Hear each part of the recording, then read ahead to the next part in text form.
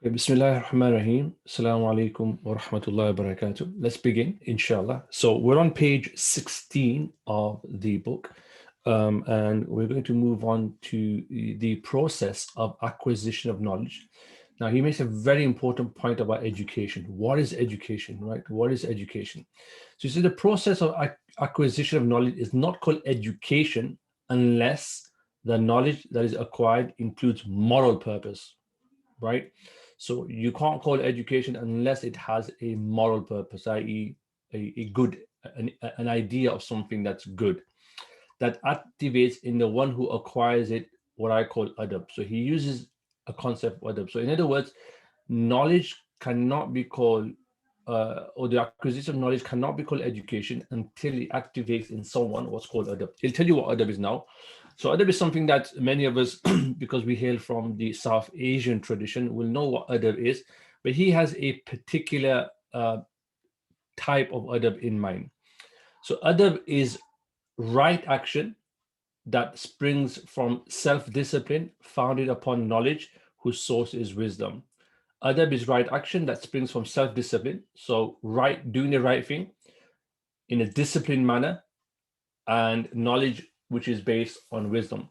For the sake of convenience, I should translate adab simply as right action. So he's just going to call it right action, but the meaning is what the definition of it is what he has mentioned before. Okay.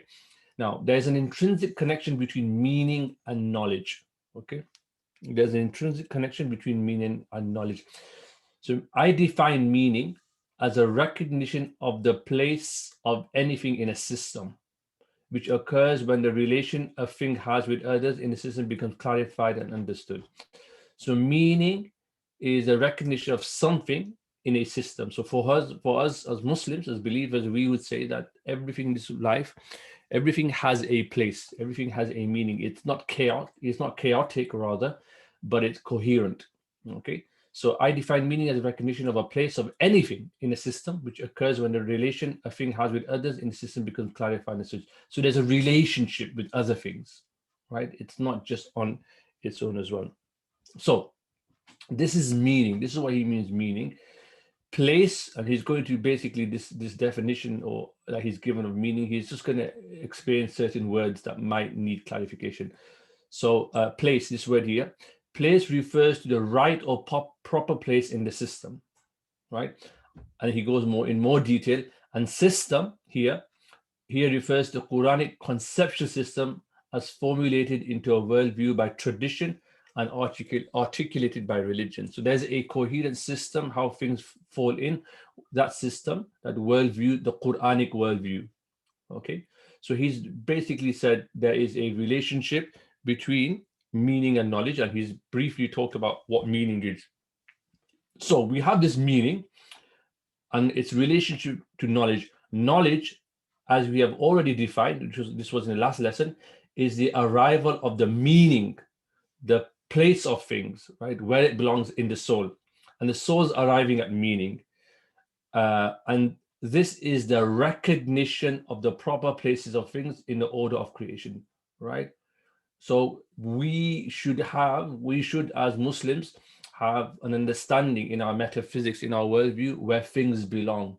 Things belong in certain places as ordained by God, by Allah, right? This is very, very important, such that it leads to recognition of the proper place of God in the order of being existence as well. So where does Allah belong in this conversation or whatever we're talking about? But knowledge as such does not become an education unless the recognition of proper place is actualized by acknowledgement, that is by confirmation and affirmation in itself of the reality and the truth of what is recognized. So it's not just having knowledge of it, but it is actualized by acknowledging it, right? By confirmation, by affirmation in itself, right? So what is acknowledgement? Acknowledgement necessitates action that is proper to recognition. Okay. Adab or right action consists of acknowledgement. You have to acknowledge it. So he gives us a definition. Education then is the absorption of adab in itself. So it's something that you internalize, right? That there's a coherence. You know where things belong. You know where ideas belong or whatever else it is. that it is actualized, and you know its relationship in relation to other things, but also in relation to God, Allah. Okay. The actualization of adab in the individual selves composing society as a collective entity reflects the condition of justice. So when you have this, when you know where things belong, you have justice. That's adala or adl, right? i'dilu huwa aqrabu littaqwa. Allah says in the Quran, be just, that is closest to God consciousness. Okay, so being proper education, in the sense as discussed by the author here, is that you know where things belong. It's in relation to other things, but also in relation to God. And once you do this within yourself and people within society, then you have the conditions of justice.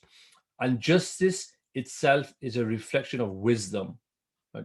So it's a very important value or virtue, which is a light that is lit from the lamp of prophecy that enables a recipient to discover the right and proper place for a thing or being to be. Right? So for us, it all comes back to divine knowledge. It all goes back to what the Prophet والسلام, and the prophets before him taught us, right? The proper place of things, to be wise, hikmah. Hikmah is what? To know where things belong, right? That's the proper knowledge. It's not just, knowing sums or just knowing things, right? It's acknowledging them. It's basically knowing where things belong. The condition of being in the proper place is what I have called justice, right? Because justice is things that are in their right place. So when we talk about gender issues or race issues, all of these things have to be situated in their right place as taught to us through the Quran and the Prophet ﷺ. And adab is that cognitive action by which we actualize the condition of being in a proper place. So um, adab is how you actualize it, right? The coherence. So adab, in a sense, I am defining here, is also a reflection of wisdom, right? When a person places things in their right place based on Quran and Sunnah and divine revealed knowledge or revealed religion, then that's wisdom. And with respect to society, adab is just order within it, right? When people have this, you have order, you have justice, you have order. Adab concisely defined, so it gives you a concise definition, is the spectacle of justice as it is reflected by wisdom, hikmah, right? He's introduced the word wisdom, hikmah here, right?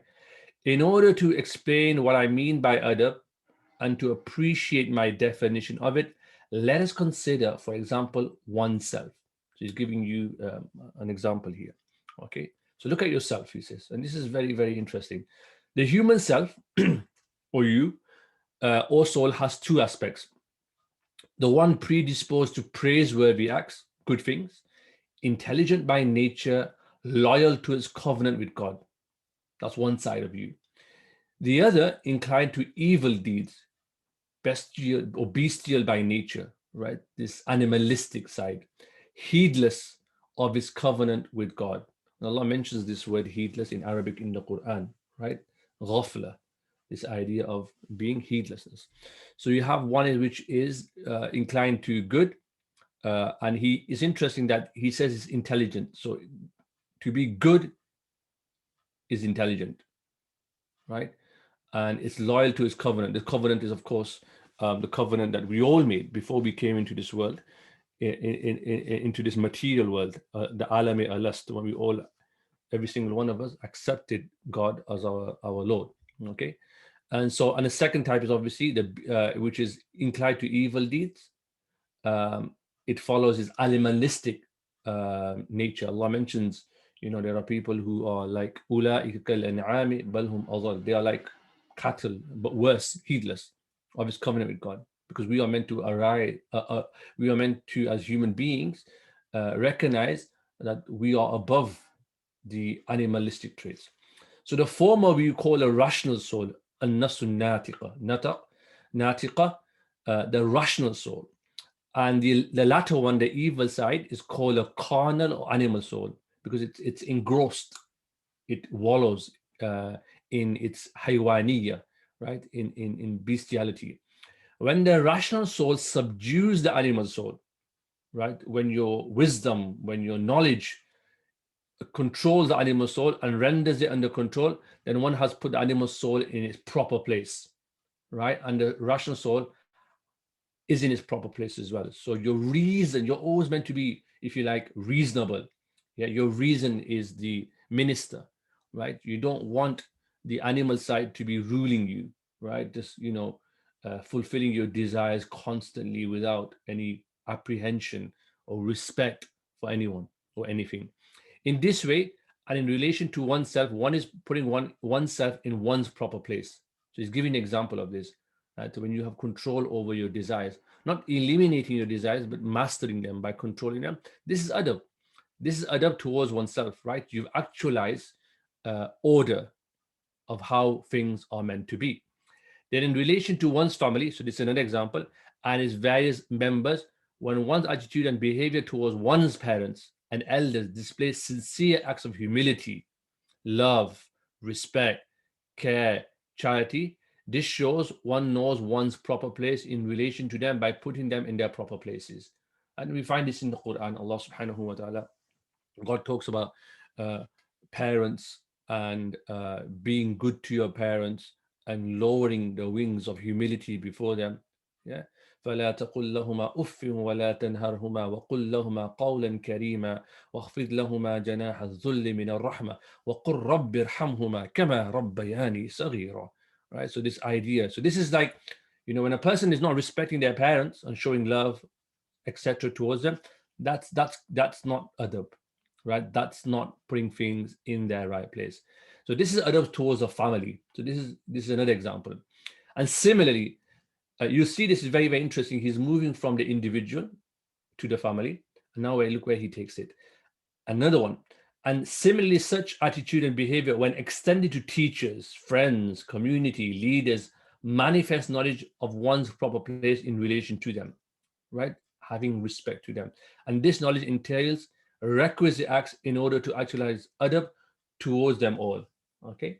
So people who are in society, right, treating them their way according to their rank, right? This leveling and this culture we see today of lack of respect towards members in society. This is alien to the Islamic worldview. Everyone has their place. Everyone has their role to play, and part of knowledge, part of wisdom, part of real education, right, is knowing where you stand in that. So anyway, again, when one puts words in their proper places so that their true meanings become intelligible, and sentences and verses in like manner, such that prose and poetry become literature, then that is adab towards language. So he's using another example. So he's talked about yourself as an example, your parents maybe as an example, so society as an example, but he's also saying even in language, right? Adab. That's why we call the adab literature, right? Then he talks about nature. Further, when one puts trees and stones, mountains, rivers, valleys, and lakes, animals and their habitat in their proper places, then this is adab towards nature and the environment, something that's missing today in today's society, right? It's not even recognized, it's just pillaged. Huh? But Islam, we have duty towards animals and nature as well. The same applies to one's home when one arranges furniture and puts things in their proper places therein until harmony is achieved.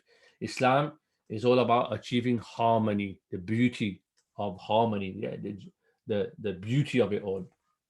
So this is what it does. It's not just it's not just rationally right, but it has aesthetic beauty as well, right? The Islam also has aesthetic beauty when things are put in their right places. So harmony is achieved, all such activities adapted towards home and furniture. And when we cite also putting colors, shapes, and sounds in their proper places, producing pleasing effects. Can you see aesthetic value? That is adapted towards art and music as well. Knowledge, too, and its many branches and disciplines, some of which have more important bearing upon our life and destiny than others, if one grades them according to various levels and priorities and classifies the various sciences in relation to their priorities, putting each one of them in its proper place, then that is adab towards knowledge, right?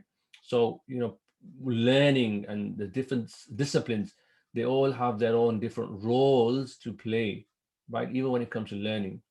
It should already become clear that my interpretation of the meaning of adab reveals that adab implies knowledge. It is knowledge derived from wisdom. It manifests the purpose of seeking knowledge. It is also the internal and external activity of the soul that springs from ethical and moral values and virtues. This is very important. Moral values and virtues. Its fount of origin is not philosophy, no science.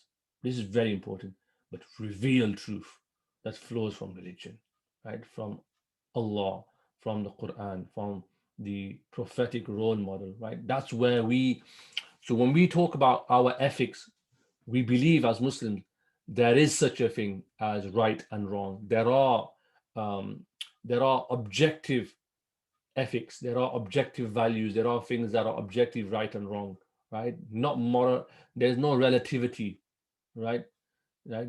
Oh, it's just you think it's right, I think it's wrong. No, there are things that are right and wrong as revealed to us from religion, right? And this is where we start from. Any conversation begins from revealed religion, from revelation. Okay, so this is something that's all of us need to just think about. Okay, yeah, we'll stop here because it goes into an interesting discussion afterwards, so I'm not going to go into that right now. We'll stop there, inshallah, for now. It's a slightly shorter lesson, and then if anyone has any sort of questions, they can ask questions, inshallah. Jazakallah.